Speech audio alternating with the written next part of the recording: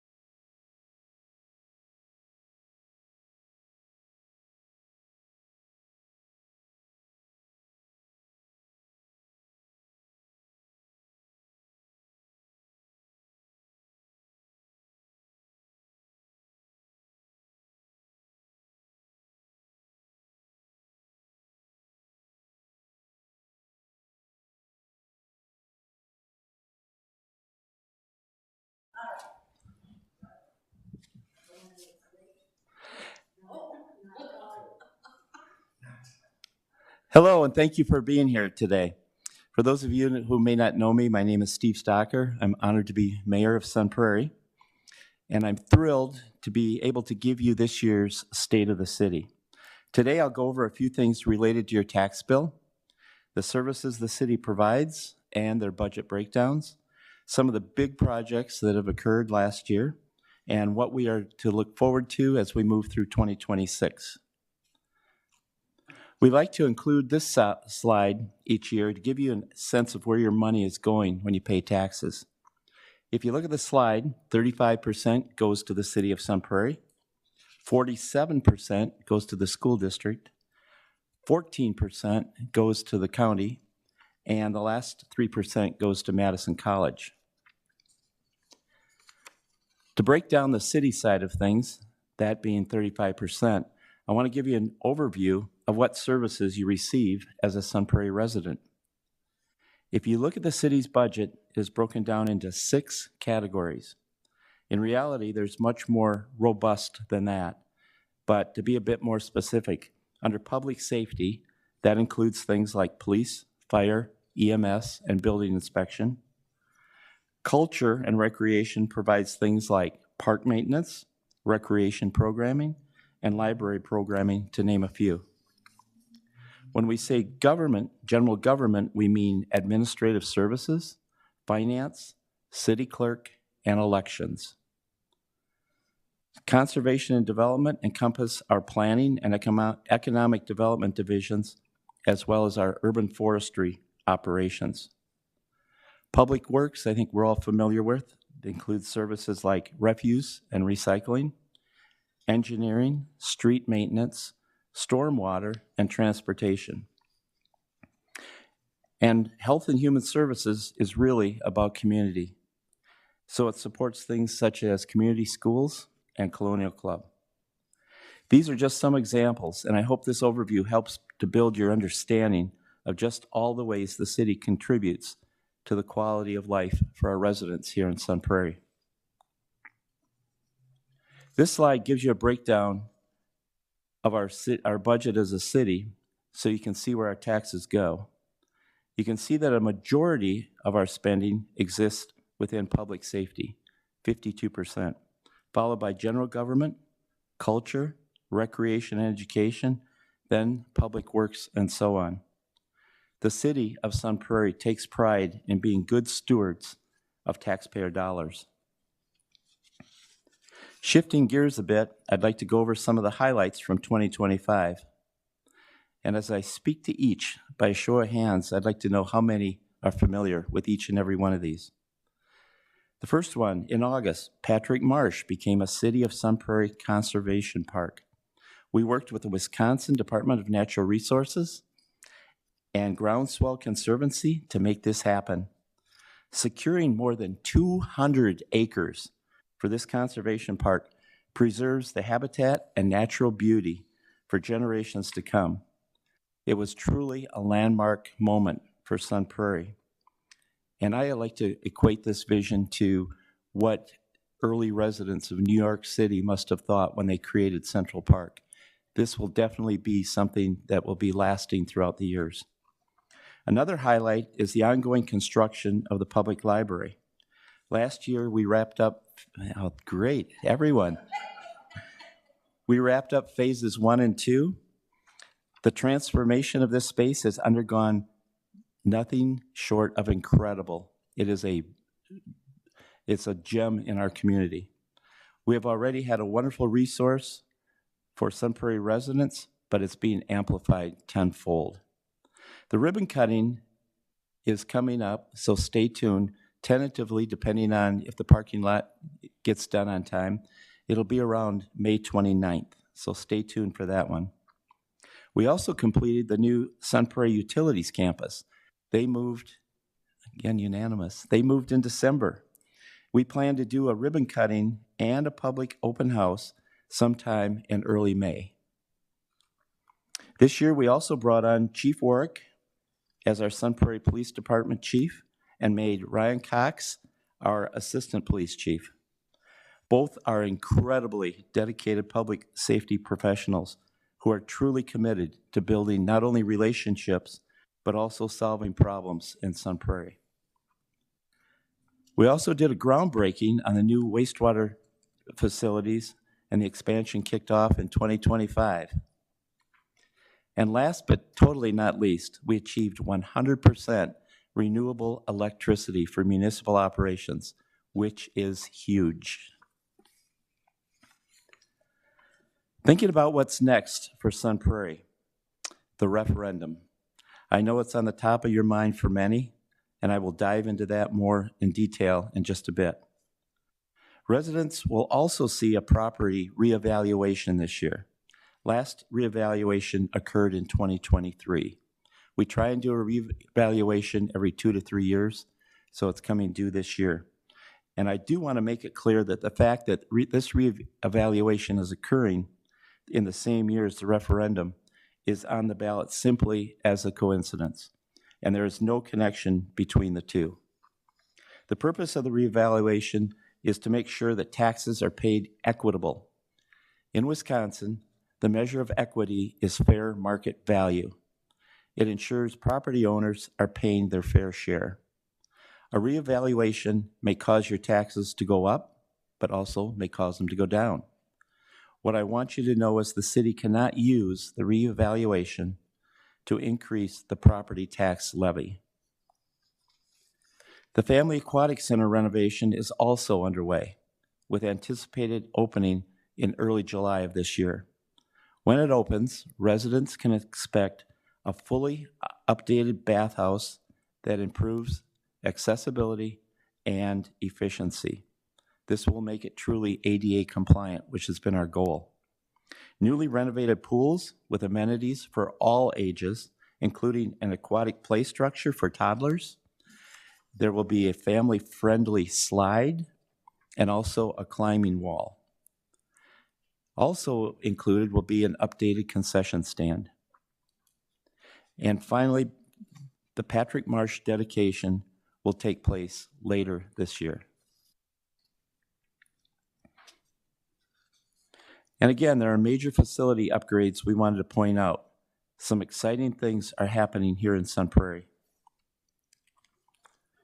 As promised, I'd like to take some time to talk to you about upcoming referendum. To give you a high-level review, residents will see a referendum question on the April 7th ballot asking if they support a single, permanent $3.95 million increase in the city's property tax levy. A lot of people have been asking why we're taking this route. We anticipate a significant budget gap starting in 2027, and the city has identified the need for additional funding to maintain services in the community and addressing staff challenges. To address this need, our city council voted to place a referendum question on the spring ballot. So, why, you might ask, have cuts not been made to address these impending gaps? The shorter answer is they have. In response to community input gathered by a survey we sent out last fall, the city has reduced long-term costs by more than $1 million.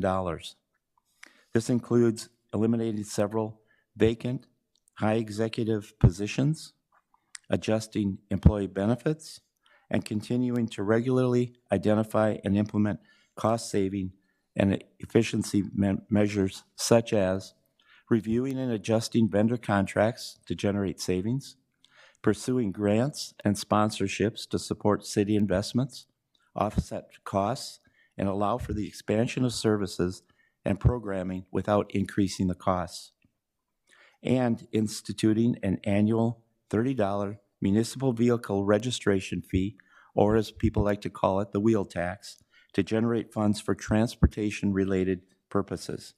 This is just to name a few.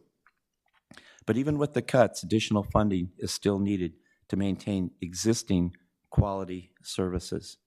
This is due largely to the fact that we are restricted by state-imposed levy limits, which set the amount of property tax in Sun Prairie that Sun Prairie can collect from its residents.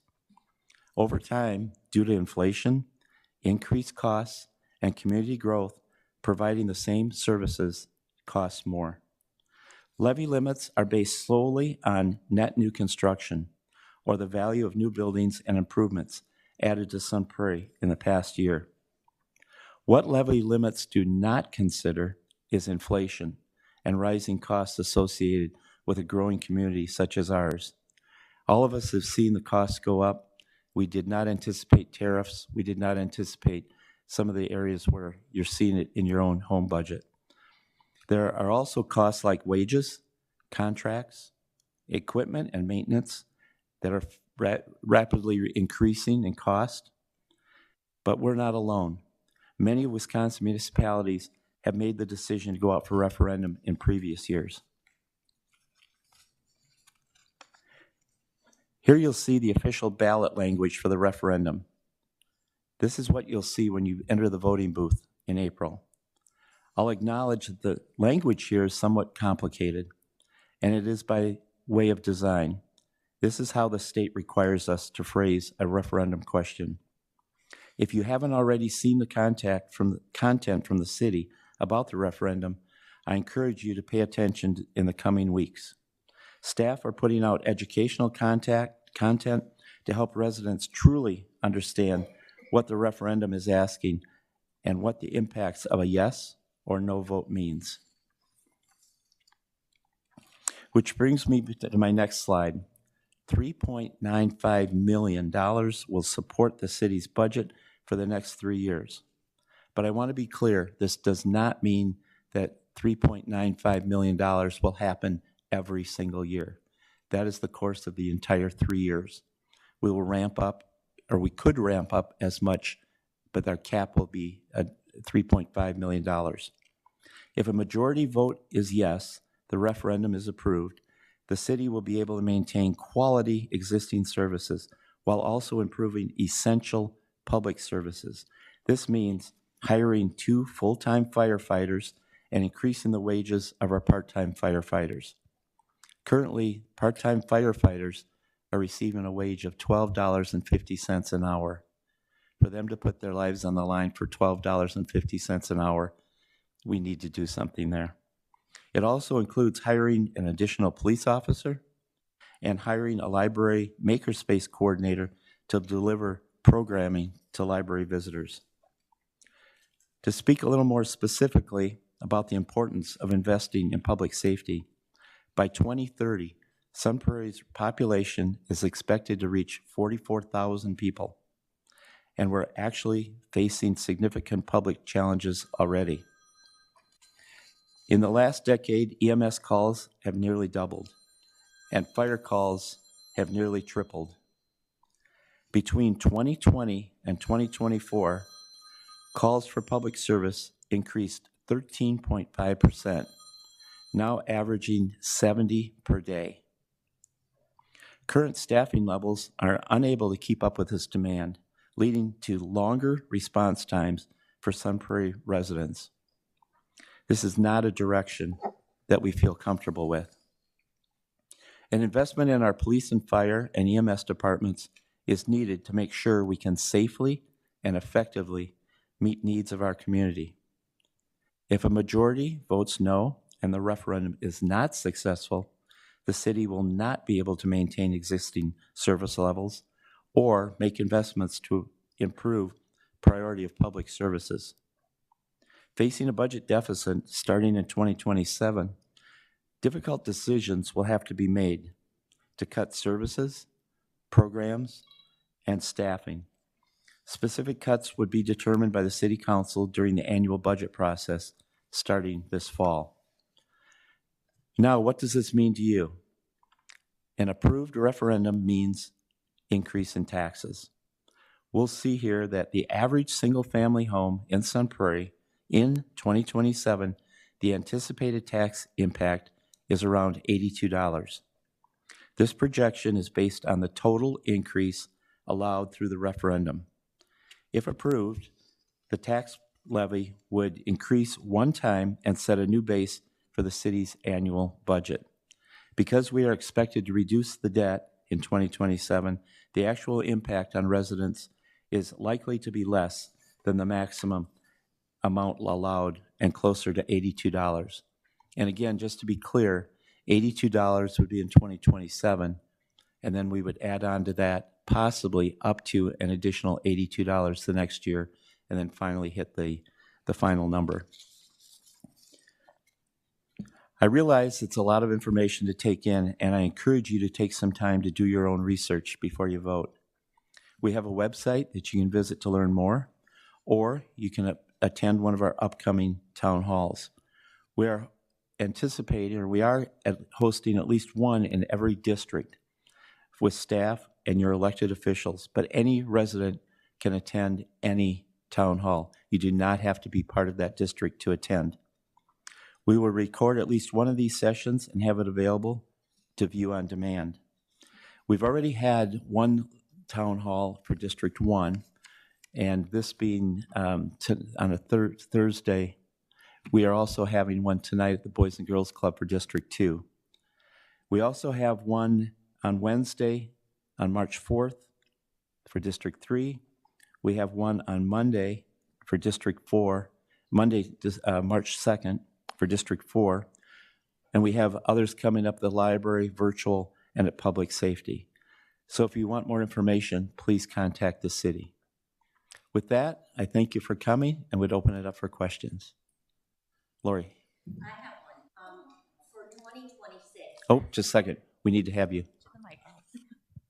Okay. So the vast visiting listening audience and viewing audience can hear you. For 2026, which we did in 25, we put this wheel tax in place to kind of buy us a little bit of time, and it was $30. Now, originally, I had thought a wheel tax meant for 4 wheels, so I had multiplied it by 4, and I was promptly corrected. that that's not true, which is great. But to me, a wheel tax is more equitable because almost everybody has a car, whether you're in an apartment or you're in a house. You may have more than one, but at least one, right?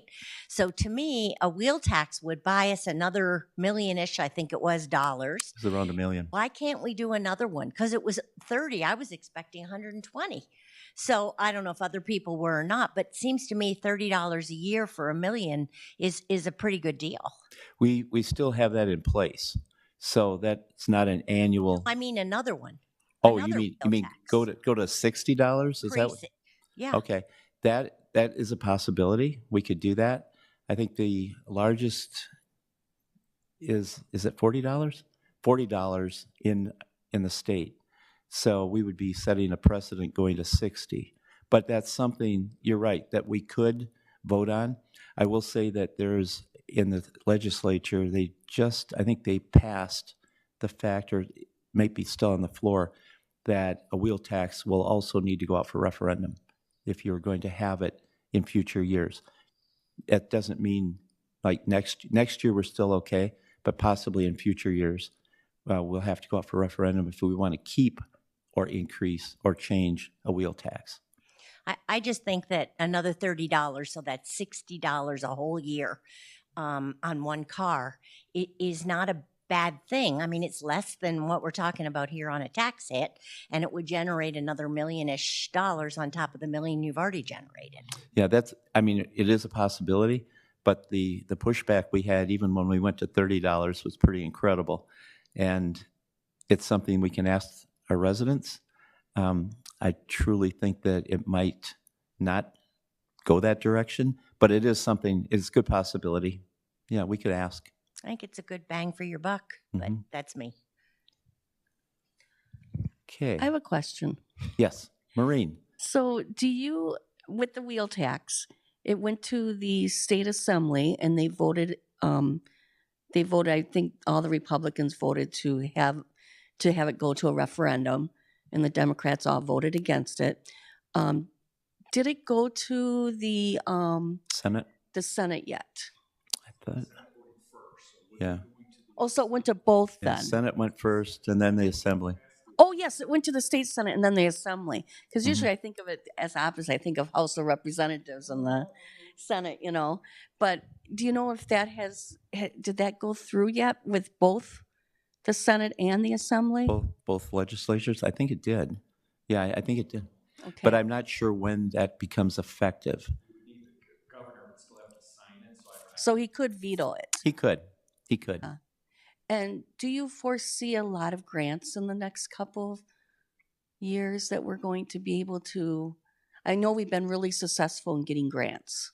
Yeah, grants have been very good to Sun Prairie for a lot of different areas, especially sustainability, which we promote tremendously. So we've been very fortunate. As you know, the federal grants have somewhat dried up. We can't anticipate what or where or how much we would be getting. That doesn't mean we're not going to go out after them. We're very aggressive in going out for grants, especially roads, transportation-related grants. We've been very successful in that regard. Some of our projects this year, the interchange, I'll call it, at Highway 19 and Westmount, where we were trying for a few years to get a stoplight, and now we've compromised, I guess you could say, and we're getting a roundabout. And that one has substantial DOT funding in it. We're going to cost share a little bit on that, but substantially DOT funded. We have many more projects coming up supporting the Vision Zero as we do. That gets us in the door with a lot of grants. And if anybody would like to know more about that one, we're on board with ensuring that we're doing whatever we can to have zero deaths on streets, roads, whether it's pedestrian, vehicle, cycle. Having subscribed to that program a number of years ago, we've been able to get some grants in that regard. So I'm not sure what the future looks like. It's not as good as it might have been a couple, 3 years ago, but it doesn't mean we're not going to stop. Thank you. Oh, thank you. Larry? Yes. So the tax, or I'm sorry, the evaluations of the properties of your homes, you mentioned that. Does that mean that a person comes to your home and does a visual inspection of it, or not? Yeah, good question. It could mean that, but we have with the technology that we have today, a lot of it might be based on if a house sold next to you, what the selling price was. A lot of factors go in. Doesn't necessarily mean they have to come in the house, but and I will say it's not just house, it's also commercial.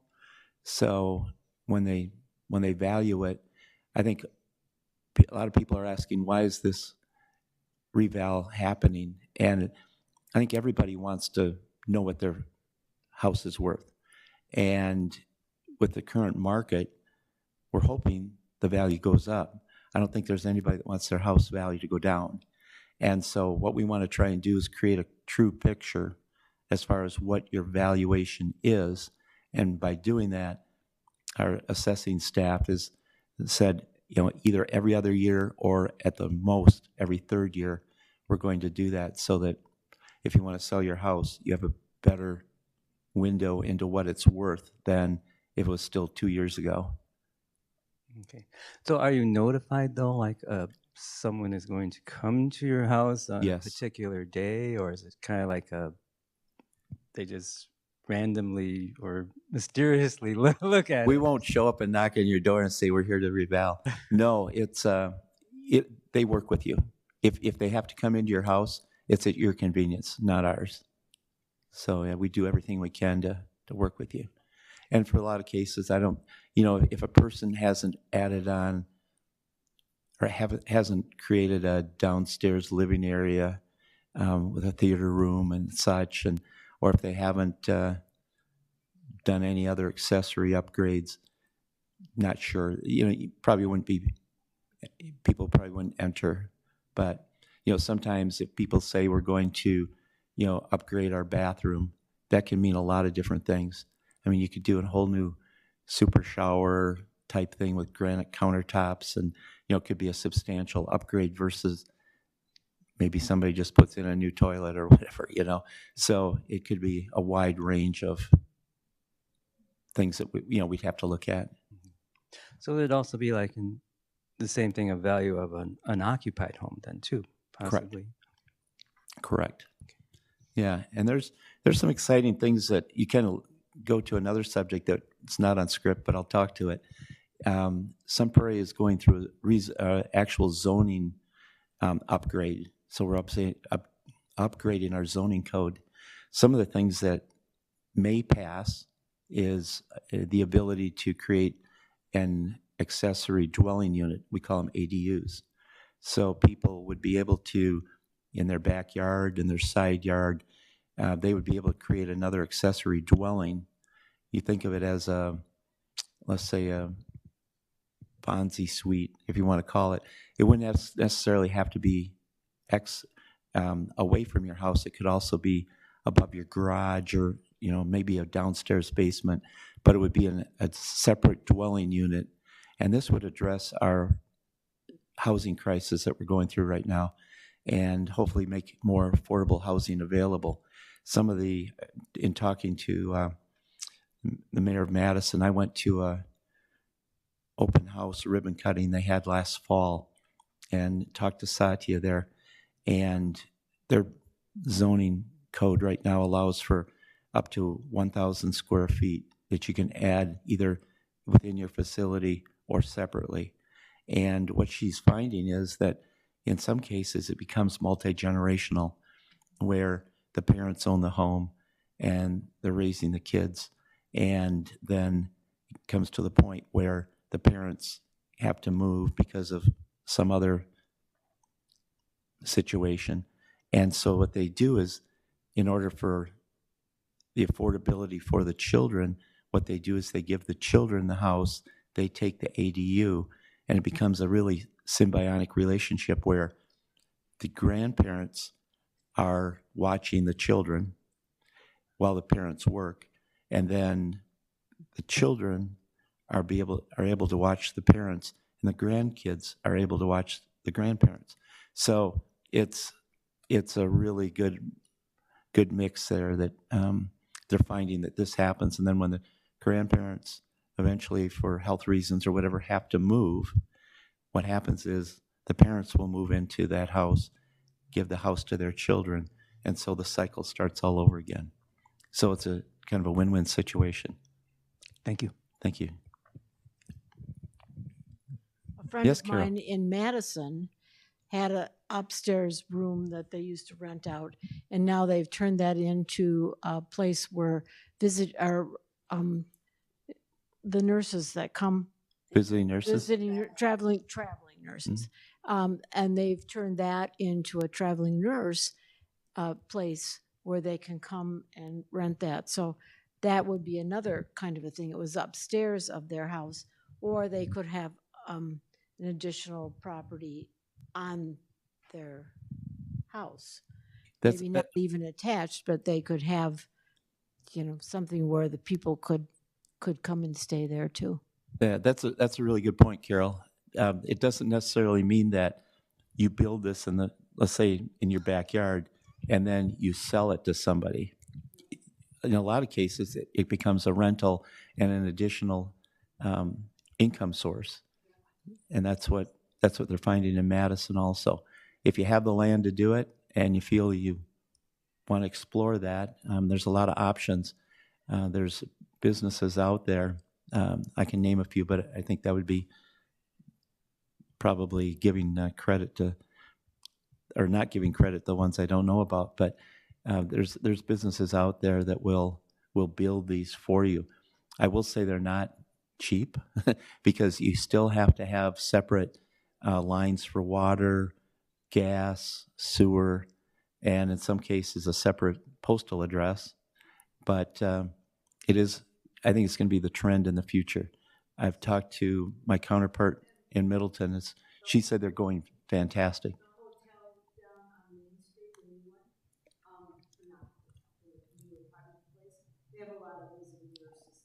In the Monarch, that's what I've heard. Yeah, that's true. Yeah, it's going to open up places for people to live, which is what we need right now, and it could be affordable. And it could be a really good relationship where literally neighbor looks after neighbor, which is all about Sun Prairie. Cheryl. Yes, my husband Judd and I have lived in Sun Prairie for 40 years. We live over in District 4. And I think I'm really conflicted about the referendum, since you brought it up in your spiel, because we still have a lot of older adults that we want to continue living in their homes as long as possible, safely, independently, so they don't have to move into nursing homes or assisted living facilities. So they're on a fixed income. I hear that. I also hear about the single moms and dads that are raising children on their own. And we also have handicapped or disabled people also. So they're a group of their own, in that increasing a referendum will make an impact to especially their wallets. On the other hand, at the first referendum listening session, I heard a gentleman talk about how he has to put a new roof on his house in order to continue getting insurance for his home. And I think it's important to point out that over the years, property values have been steadily increasing, to the point that when my husband and I bought our house back in 1990, and what it was assessed at the last assessment, it increased 4 times. I mean, that was just incredible, from 100,000 to 400,000. And if we don't continue to grow and support the people who live here, then businesses and people won't want to move here. And I think it's important. That's an important distinction to be made. Hmm. Yeah, good point, Cheryl. I don't think there's anybody, if you ask on the street or anywhere, if you ask them if they want to pay more taxes, they'll say yes. I have not heard that ever.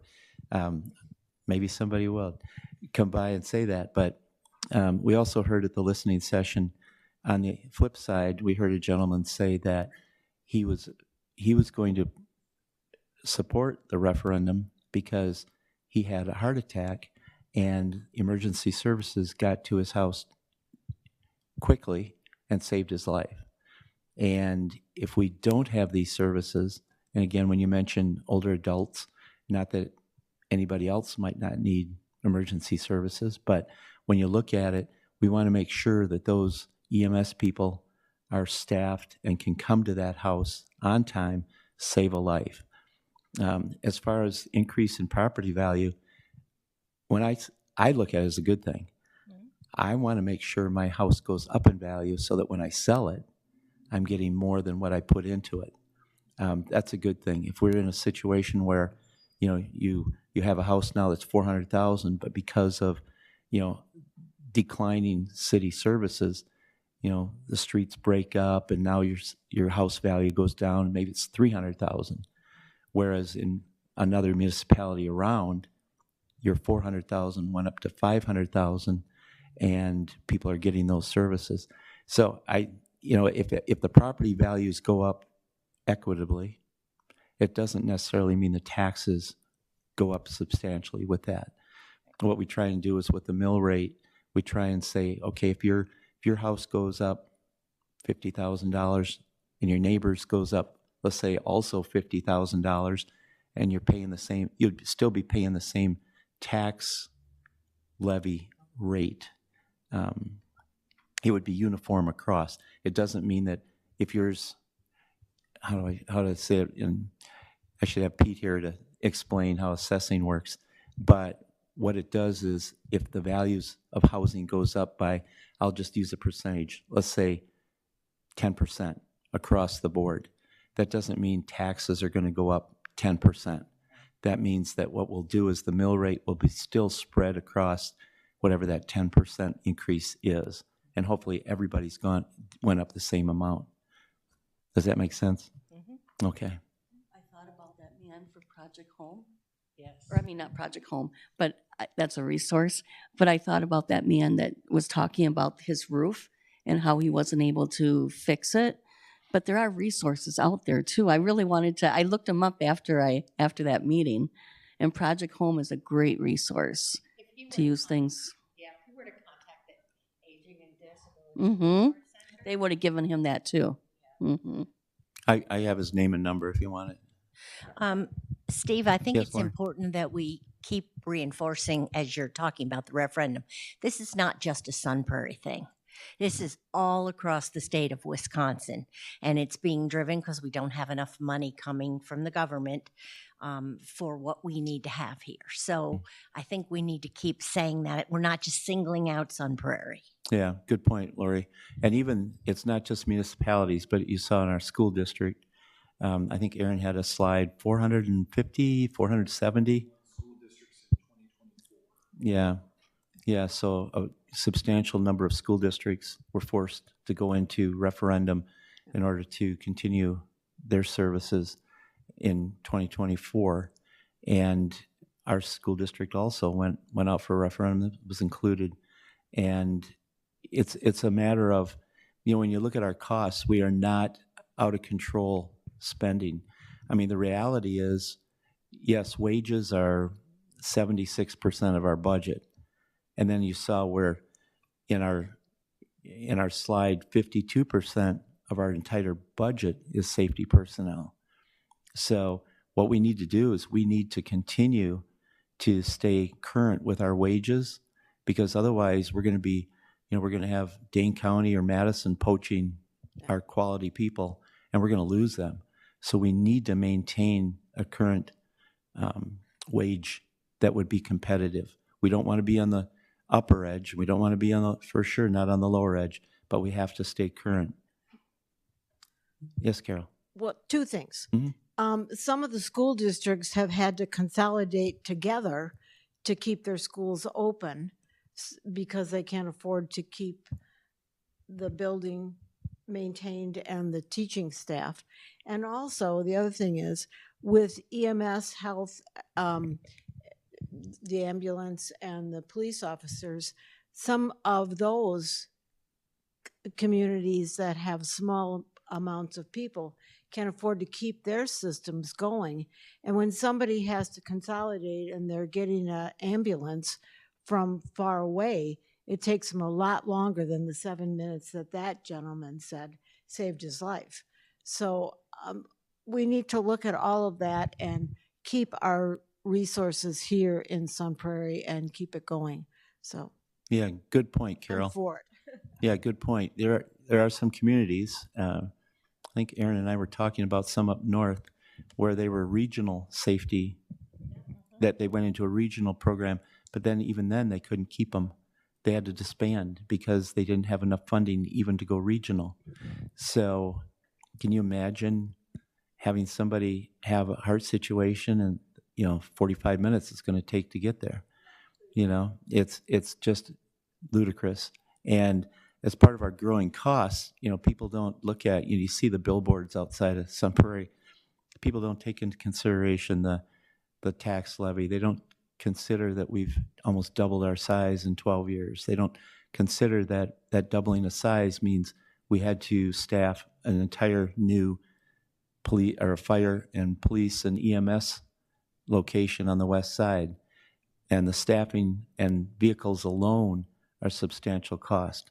So I think it's somewhat miscued when people say, when they just throw the dollars out there without totally understanding what city government has been doing to try and cut back costs as much as they can, Yeah. but still maintain the quality services. And if we've got at least 700 people moving into the city every year, that has to say something about the quality of life here in Sun Prairie. People are, even if they say, I'm out of here because my taxes are too high, and they move to a community where they have very little services, and yet we've got people that are coming in and the house selling isn't depleting, because people will come in and move into this community because it is has good schools, good roads, good services, and they can go out to the country if they want to and burn leaves and do everything else. But it's important that they have the safety features too. So we need to keep going. Yeah, thank you for that. Yeah, we definitely have a really good quality of life here in Sun Prairie. And that's something that we don't want to go in the opposite direction if we can help it. Anyone else? Well, hearing none, I want to thank you for coming today. Really appreciate it. Great questions. Really like those. Yeah. I hope in future ones you have to come back to some of the future ones and come back with some additional ones. But thank you very much for coming today. Really appreciate it. Thank you.